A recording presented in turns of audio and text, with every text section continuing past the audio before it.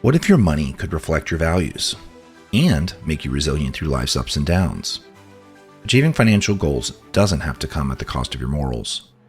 Today, on Escape the Clock, Cosmos Dar from the podcast Extraordinary America is here to explain why.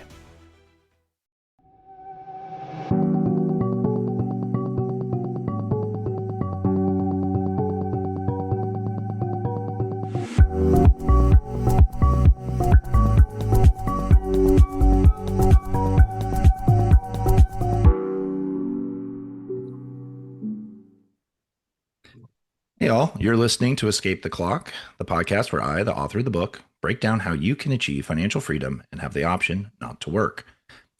It can be a common belief that gaining wealth means making moral compromises, and that makes sense, especially when so much of the system is designed in predatory ways.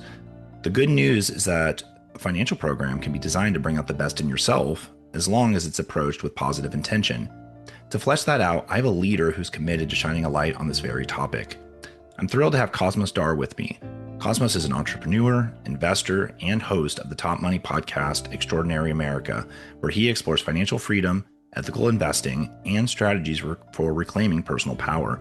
He's interviewed leaders across business and finance, helping leaders take control of their money and aligning their financial choices with their values. I've long found his discussions inspiring, and I'm excited to bring some of that perspective to today's conversation, especially on a topic that doesn't get enough focus: ethical and values-driven finance planning. Welcome to the podcast, Cosmos. Thanks for having me. I really appreciate being here. Well, let's jump right in. This is like I mentioned, this is a really important topic, and we don't always really talk about it. But I know a lot of people are quite interested in it because we have been seeing a trend. Today, we're talking about how to achieve financial dreams without compromising values. But let's start with ESG investing, which, if you're not familiar, environmental, social, and governance. This area has exploded in recent years. Global ESG assets have hit a record $40.5 trillion in 2023, and the projections are they could reach $50 trillion by the end of this year, which would be more than a third of all assets under management worldwide. In the US, 62% of investors say they're interested in sustainable investing, and nearly 8 out of 10 millennials preferred it to invest in companies that reflect their values. So Cosmos, what do you see as the big force behind all this? Why is there such a massive wave towards like ESG? So I think it's coming down to it all like in the 80s, for instance, right? We came to like the peak of what is called like capitalism with the Wall Street type capitalism, and a lot of people realized that there's a lot of immorality going on in big business and everything.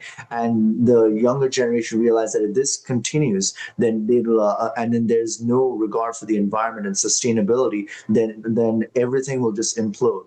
Like our entire financial system will basically be destroyed eventually. So I think it's more of like coming out of like a place of moral balance, because there's always like actions and there's reactions, right? The pendulum swings one way and then eventually it will go to the other way as a reaction. And what we saw in the 80s and what we see now are like two different things. Yeah, that makes a lot of sense. The growth in ESG has been showing that people really want their investments in particular to reflect their values. But I know it's actually a lot more than that. It's, people, it's about how your money in particular is connecting with your everyday life. And I know we're seeing, like you said, a trend, especially with younger people. So, a lot of people want that, right? They want their money to match their lives. But more than half of Americans will walk away from companies that act unethically. Like we'll see exoduses when they're like, oh, my employer isn't actually acting in a way that I think matches my values. And actually now nearly 9 in 10 Gen Z and millennials say they want their investments to be sustainable. But there's a bit of a paradox I was reading up on here, which is even before COVID, a third of American families couldn't even cover a mid-sized financial shock. So how do you reconcile this, knowing that money is hard, but we want to be able to act according to our values? So in your mind, Cosmo, like what does this kind of human-centered, quote unquote, financial resilience mean? And why do you think there's such a disconnect between kind of our values and our financial reality? I mean, it's like straight up coming down to like the financial system that we have, like whether you want to accept it or not. We're in a fiat monetary system, a debt-based fiat monetary system. And the way it operates is that the banks just print money whenever they want. But whenever that happens, they get the purchasing power first, and then they use it to buy assets. And then it reduces the purchasing power of like our money over a period of time. So you see that the prices are rising up everywhere in terms of housing and all of that. But the millennials and the Gen Z, they're getting an awakening of like morals and values, right? But our existing structure that we had, which is predatory, which is based on taking away the purchasing power of each individual dollar over a period of time, versus what the new generation is looking for, are completely opposite. And that's what's creating the clash in today's society. Yeah, let's go into each of those. 'Cause I think those are each extremely important points here, right? We have the system, we have the predatory nature of that, we have people's individual barriers, and all of these things kind of like are clashing together. But let's start with some of the more positive pieces of it for a moment. So, we talked about values and resilience, but there's a performance story kind of here. There was a recent report that ethical banks are actually more resilient and profitable with an average return on an equity of 5.23%. That's actually more than double than a traditional bank. So ethical banks actually perform. But there's this catch that even with that kind of track record, that people are still unsure about using these types of banks. These banks are putting money where people's values typically are, right? They're trying to do good things for the environment and for the world, but people aren't putting their money in them.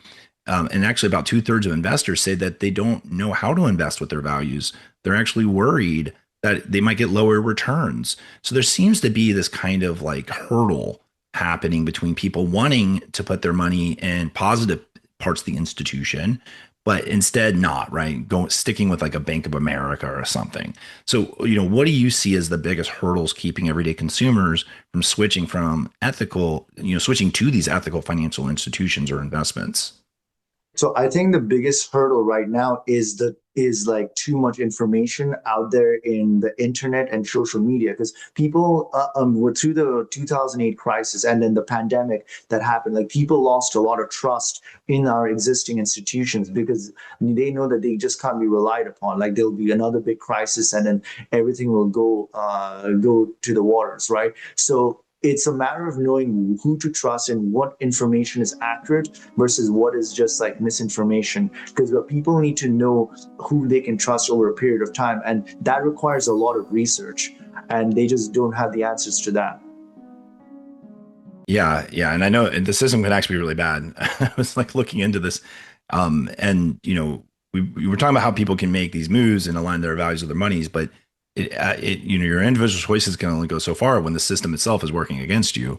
And you mentioned predatory lending before, and I actually think this is probably one of the most um, you know candid cases of it just being an offensive issue, which is in the US, borrowers paying $25 billion annually when it comes to predatory lending expenses and practices. And more than half of that comes from just a single state, Texas. So there's actually a lot of bad practices happening. So it's not just like bad luck for people, right? There's actually structural problems in the financial system that are holding people down here. So beyond what an individual can do, like what kind of policies or systemic changes do you think are needed here, especially when it comes to things like predatory lending, which is so expensive? So I think like it's coming down to the root thing, the root cause. Like in 1971, like Richard Nixon took us off the gold standard, right? And when you take a pegged currency off and it becomes a floating currency, essentially the banks can now print at will, and then they're printing the money out of nothing, and then they're charging high level interest on it, right? And so the thing is, you have to have sound money. You have to have a sound financial system. Otherwise, everything will eventually like implode and through like a recession, and then followed by a big inflation or hyperinflation. So that has to change first. We have to peg our currency to something that is like that is durable over a long period of time. Historically, it's been gold and silver, but it could be anything else which is like of limited. It's like limited amount of coins, and then you peg the currency to that. But as long as we don't have that, we're not going to see any major change altogether. We'll have to simply adapt to the system that we're in. Do you think there's some parts of the system that are more problematic than others that people should be aware of, like avoiding or alternatives to anything like that that people could probably work into their plan? So I think that they need to know that you have to, I think like on a macro perspective, they need to preserve their purchasing power, right? And the only way to do that is to like invest in assets. Like when you have like a massive recession or you're having inflation, people always go back to safe havens like gold and silver. And I know right now cryptocurrency has been the trend in the last 15 years, but it's like a very volatile kind of thing. People have to do their due diligence on that. But historically, whenever there's things have gone bad, people have always gone to gold and silver. So I think people need to look into preserving their purchasing power over a period of time because they can put their money in a savings account and then inflation will just eat it away. That's actually super important. And I know this is something maybe I want to lean into a little bit for a moment before we go forward, because across your life cycle, the amount of years you have to live, you're only going to make so much income, so much money in your life. And your goal is during your income earning years to be able to smooth out your later years when you don't have income coming in. So that's why saving is so important. And when it's like whatever your investment strategy is, right? You're hoping for bull markets, you're hoping that you're getting returns on what you're doing. And ideally, it's in some area that matters to you, right? You're investing in a company or something that's doing something that makes you realize you're putting your money behind something positive for the world. And hopefully you're getting those returns. But like when it's not always going to be a bull market, right? Things are going to go the other way. And like you were saying, typically the natural human behavior is to go into more conservative assets at that time. It could be bonds, treasury bills, it could be cash or commodities, right? The gold, silver stuff. And I think that's great because I think people need to realize it's not just cash out your investment. There are other alternatives you can do to protect yourself because inflation is going to be there, right? There's always going to be inflation. We have to have purchasing power because otherwise, all we're doing is allowing the system to develop more practices that can prey, such as pay later practices. There's like this all new BNP kind of thing where you can just pay $0 now on something, and it's like a layaway plan. And now Hmm. you pay, you're paying like $2 a week. Like these kinds of things are just new ways of trying to say, oh, you don't have purchasing power, so let go. You do this, you can still get the thing you want. So, a gold, silver. So your point here though is like people should be doing the research. You got to find that thing that makes sense to you that you're maintaining your purchasing power for later. Is that right? Yeah, I mean, they need to definitely be aware of the fact that inflation is eating away at their thing, and that they need to basically do like investments like into like gold and silver, but also like they have to look into real estate and basically have these strategies where they're getting recurring revenues of passive income and they had to like in the old days like, you could just basically have a job 9 to 5 job and then you could basically feed a family but now things have changed, you cannot rely on just one source of income. You have to have multiple sources of income and you're going to do it over like a period of time, and that requires like strategies when it comes to like investing. So I would definitely want people to like definitely do their research onto how money and monetary systems work and then basically come up with multiple sources of income. Love that. So happy you mentioned that. We talk about that a lot because for financial freedom, it really does mean that you still have cash flow coming in, even when your paycheck stops. Rental is one of those options, but even if like you're a stock market person, over time, eventually you can build up dividends, maybe high interest rates from, high yield accounts and stuff like that, that you can kind of survive off of. And that means cash, especially when you feel like your purchasing power is at its minimum. So I'm hearing, being able to make allocation moves based on market changes. I'm hearing having more than one income source. Those are really strong strategies. And so the way you're looking at it, doing those types of things, is it basically empowering people then to be able to feel like, okay, I've done the stuff I need to do so I can make sure I'm picking investments that align with what matters to me? Or is this just kind of like just general, like anyone should be doing these things? It's aside from the topic of kind of ethical investing. I think like everybody should be looking into this, but I also believe that the system that we're in is basically on a macro level, like not ethical. You know, like any system that involves like fiat monetary system, like throughout history, there's not been one single fiat currency that has ever succeeded. So it's something that we have to protect ourselves. It's like more like self-defense. And like in back in like the 1950s and before, it was like it was like optional. Like you could have a job and you could do it, but in today's world, it is absolutely necessary that we look into starting our own business and also investing strategies because once we reach old age and everything like that, we have to know how like the retirement savings that would normally be there. It's not going to be enough, you know. Yeah, I also just want to emphasize for the audience here, if you are in a state where you don't have purchasing power, you haven't made those moves to protect yourself, you might find that you have to borrow, right? You have to use a credit card, you have to do those things. And I mentioned the $2.5 billion in fees from predatory kind of payday lenders and things like that. In Texas, they collected $1.3 billion in fees from borrowers. That's over half the total. So depending on where you live, it might be worse for you than other places. But what you want to do is borrow intentionally, right? You don't want to borrow because you're forced to, because all you're doing is getting kind of fed into the system when that happens. So let's move on to, because of these big systemic issues, right? A lot of people are going to feel kind of powerless in the face of them, right? Like I can't change the banking system. There's only so much an individual can do, and the system can feel stacked against us at time. But there are still ways I know people can take control, especially how we think and act with our money. And so, bear with me for a second because, like, I talked about behaviors on the show quite a few times because our own behavior affects a lot of how we do. Right? We can be our secret weapon or our own worst enemy sometimes. So, like cognitive biases, like the ostrich effect. This has been shown. That's where people ignore bad news. That's been shown to keep a lot of people from facing financial reality and taking action, which allows the system to prey harder. But on the other hand, you do things like self efficacy or the belief that your ability or the actions you take are meaningful. That can help you feel like you're in control and make choices that align with your values. So, Cosmos, like, how do you feel that people should be kind of trying to overcome their psychological barriers and take action to make choices that align their values and promote long term financial health, even when the system feels beyond their control?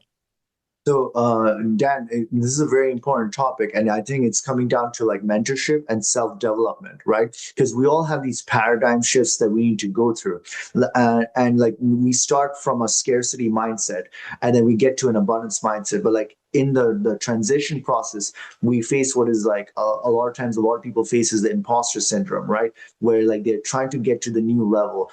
A lot of people when they start off and then they're starting the new business and they get into the reality of being rich, they have to adjust their own self-image to that. And so I think mentorship and community is very important. People need to start have like going into circles where people are entrepreneurial and business-like, but with ethics, and they need to have like a proper mentor that they can trust that can get them to that level, and they a mentor that will help them get through that transition. Because without that, people will not have that paradigm shift. Love that. Things are easier when you have the support of those around us, and especially when you're surrounding yourself with people who match your values, that we can all kind of come together and do better. And honestly, I kind of talked about this in the past, but when it comes to ourselves, sometimes we need others, the ones closest to us, to hold us accountable.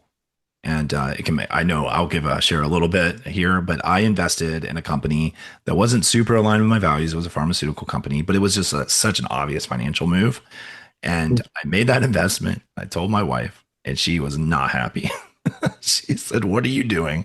Why would you give that company, our money there?" And I'm like, "Well, it's just such an obvious return. You have no idea. It's a really smart move." She's like, "What are you doing? You always invest in stuff that matters. Why are you doing this?" And I realized I was being a little greedy there. It was an easy investment to make. So I went, I sold it. I said, okay, these are the profits. Let's donate that money. And I'm not trying to say I'm like this amazing person. Actually, I was going to keep that equity. I was going to ride that out. It was an easy one, but my wife held me accountable there. So I do think your community, your relationships, they are important. But ultimately, it does come to us, down to us, right? We have to make those choices.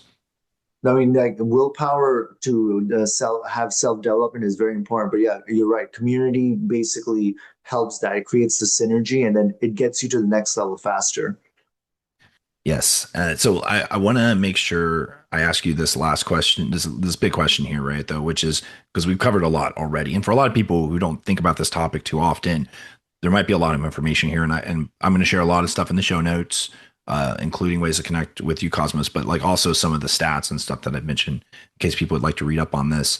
But from the gap between values and action into systemic barriers, and the way our own biases can shape our financial choices, what would you say to anyone who's listening when it comes to trying to figure out how to make their financial plan, how to get ahead on what's most important when they're trying to figure out how to get through the system and how to ensure that they're investing towards what matters the most?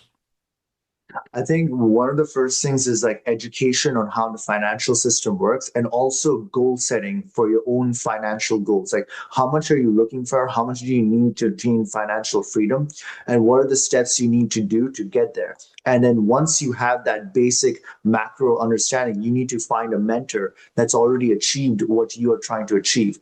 And it might take some time for you to get a mentor, but there are like places where like they offer mentorship, or like you meet like a millionaire or something that's willing to do that, and you find a community that's supportive, because you are the five people that you hang out with the most. And if the five people around you have like a scarcity mindset, that eventually, like in spite of you having a lot of willpower, you will be dragged into that, but if you find the right environment, so I would say that environment, mentorship, and having the right education and having a proper goal setting is absolutely important. Well, I absolutely love that. I love the idea that maybe the number one action you should do in your plan is just finding a positive influence to surround yourself with, a mentor, if you will, that will help you. I love that. I think that's great advice. So let me ask you this question. How optimistic are you about the future when it comes to our financial systems and which direction we're going? Are you optimistic about it, or do you kind of feel like we're in trouble? I think that overall in the long term, I'm optimistic, but in the short term, I do believe we're in trouble, because the system that we have, like especially with 35 million trillion plus in debt, national debt, and in the way it's designed, it's just designed to implode. I don't see like I without like a big correction, there's not going to be improvement. Like like sometimes when you want to clean the house, like you have to make the house dirtier before it can become clean. So in order to get to a new golden age, we'll have to go through some hard times. Yeah, absolutely. The debt scares me a lot. I mean, I've mentioned that on the show before, how that can be a house of cards that Like hit. someone even say it's like a ticking time bomb, right? There's like one prick in the bubble and then everything collapses. But in the short term, we have to be aware of that. But in the long term, yes, I am optimistic that if we have the right education, we can get through that. But for that, we have to understand how money works and how the banks work as well. Well, thank you for doing your part on the education side. I know that's a lot of what you're doing with your show, and I think that's really great. So, for anyone who's new to you, how can they connect with you, your show? Yeah, how best can they learn more about you? They can get to know more about Extraordinary America at extraordinary-america.com. We even have a YouTube channel called Extraordinary America, and also a Facebook fan page called Extraordinary America. And if they want to email me, they can email me at extraordinaryamerica2020@gmail.com. Fantastic. Thank you so much, Cosmos, for coming on the show. As always, I really appreciate your insights. And yeah, anyone who would like, please connect with Cosmos. You can also email me at escapetheclockmedia@gmail.com, or leave a comment in the show on any questions or anything you'd like to share when it comes to wins or challenges you've had when it comes to ethical investing. Thanks again, Cosmos. Appreciate it. Dan, thank you so much for having me, and I appreciate that everything that you're doing as well.